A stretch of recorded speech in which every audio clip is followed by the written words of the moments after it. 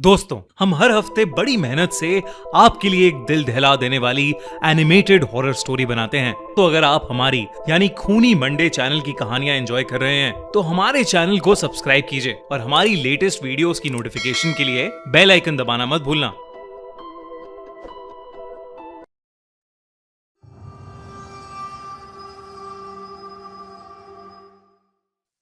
Monsoon wedding. अद्वित और सानवी की flight जब गुवाहाटी एयरपोर्ट पर लैंड हुई तब वो दोनों बहुत एक्साइटेड थे। फाइनली 4 साल के रिलेशनशिप के बाद वो अपनी ड्रीम डेस्टिनेशन वेडिंग करने वाले थे और उनके लाइफ टाइम इवेंट के लिए चेरापूंजी की नेचुरल ब्यूटी परफेक्ट डेस्टिनेशन थी। मगर वो ये नहीं जानते थे कि उनकी ड्रीम वेडिंग उन दोनों के लिए सबसे भयानक याद बनकर रह जाएगी। जून का महीना था और बहुत तेज बारिश हो रही थी। उस बारिश में चेरापूंजी बेहद खूबसूरत दिख रहा था। अद्वित और सानवी गुवाहाटी से चेरापूंजी बस से जाने वाले थे। बस में बैठते ही सानवी को एक बात बहुत अजीब लग रही थी। बस में उनके और बस ड्राइवर के अलावा सिर्फ एक घूंघट ओढ़े औरत थी जो बस की बिल्कुल आखिरी सीट पर बैठी थी। सानवी का ध्यान उस औरत पर बार बार जा रहा था और सबसे अजीब बात थी कि जितनी बार सानवी उसकी तरफ देखती वो औरत कुछ मंत्र पढ़ने लगती और फिर सानवी को एक डरावनी सी स्माइल देती। सफर लंबा था तो ड्राइवर ने चाय नाश्ते के लिए एक ढाबे पर गाड़ी रोक दी। अद्वित ने देखा कि सानवी की आंख लग गई है तो उसने सोचा कि वो उतर कर चाय नाश्ता ले आएगा और फिर आकर सानवी को जगा देगा। अद्वित और ड्राइवर के बस से उतरते ही सानवी की आंख खुली तो उसके होश उड़ गए। वो घूंघट वाली औरत उसके बगल में बैठी थी। उसका चेहरा आधा कटा हुआ था। इससे पहले कि सानवी वहां से भागती उसने जोर से सानवी का हाथ पकड़ लिया। सानवी ने चिल्लाने की बहुत कोशिश की पर मानो उसकी आवाज ही चली गई हो।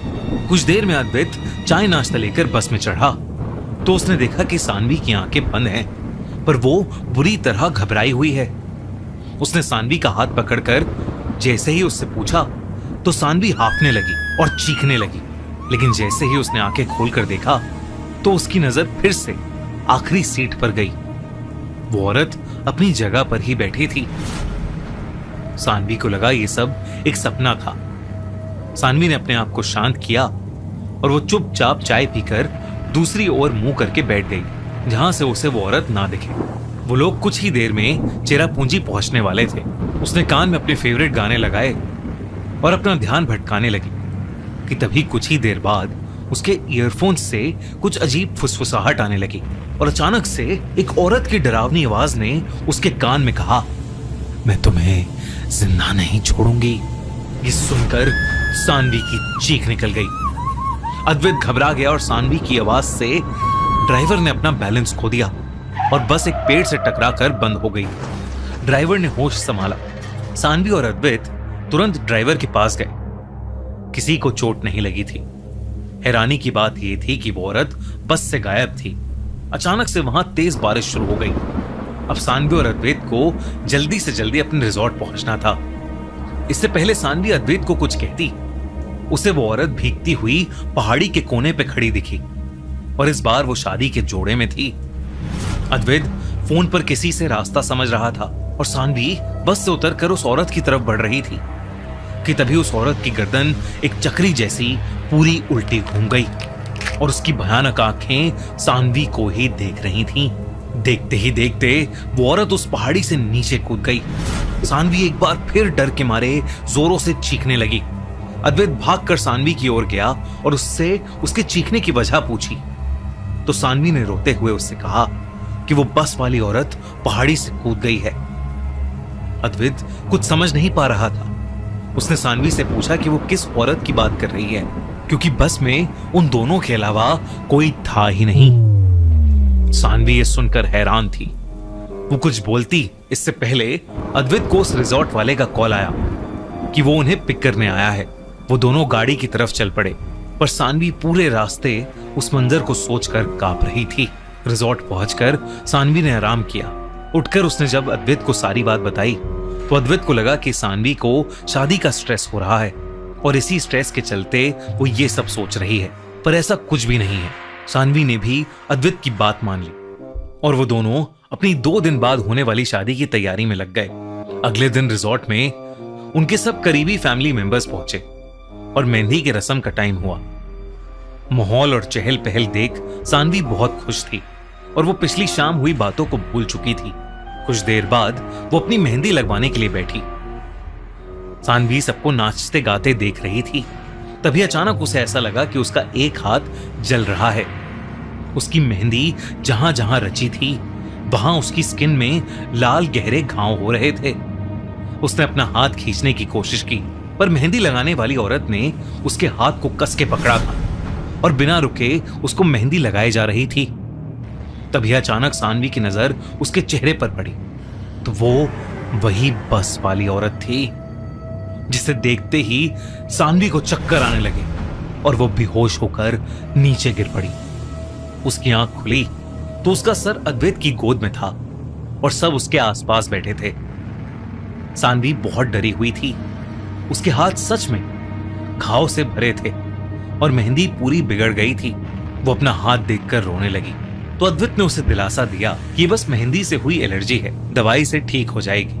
सानवी जानती थी कि उसकी बात मानने वाला वहां कोई नहीं है और उसके मन में यह बात घर कर गई थी कि वो औरत जो कोई भी है वो सानवी की शादी नहीं होने देना चाहती, इसलिए उसके साथ ये अपशगुन हो रहे हैं। अगले दिन शादी वाली सुबह सानवी बहुत डरी हुई थी पर वो किसी और को परेशान नहीं करना चाहती थी, इसलिए उसने किसी से कुछ नहीं बोला। शादी का मंडप रिजॉर्ट के बैंक्वेट हॉल में था जिसकी एक तरफ बड़ी बड़ी खिड़कियां थीं, जहां से बारिश में भीगा हुआ चेरापूंजी बहुत खूबसूरत लग रहा था। सानवी और अद्वैत शादी के जोड़े में काफी सुंदर दिख रहे थे। जैसे ही दोनों मंडप पर बैठे तभी अचानक लाइट जाने से गुप अंधेरा हो गया। बस हवन कुंड की रोशनी में वो एक दूसरे को थोड़ा बहुत देख पा रहे थे। तेज बारिश से ये सब होना वहां आम बात थी। पंडित जी ने बिना देरी के मंत्र पढ़ने शुरू कर दिए। अचानक सानवी को ऐसा लगा मानो कोई अद्वैत के पीछे बैठा है। उसने हल्की सी गर्दन घुमाई तो उसके होश उड़ गए। लाल जोड़े में वही औरत अद्वैत का हाथ पकड़े हुए बैठी थी और इस बात का एहसास अद्वैत को था ही नहीं।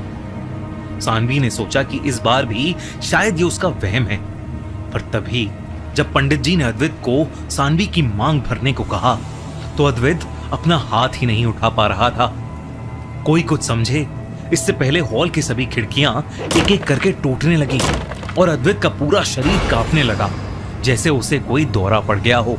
तभी वो औरत अचानक सबके सामने आ गई।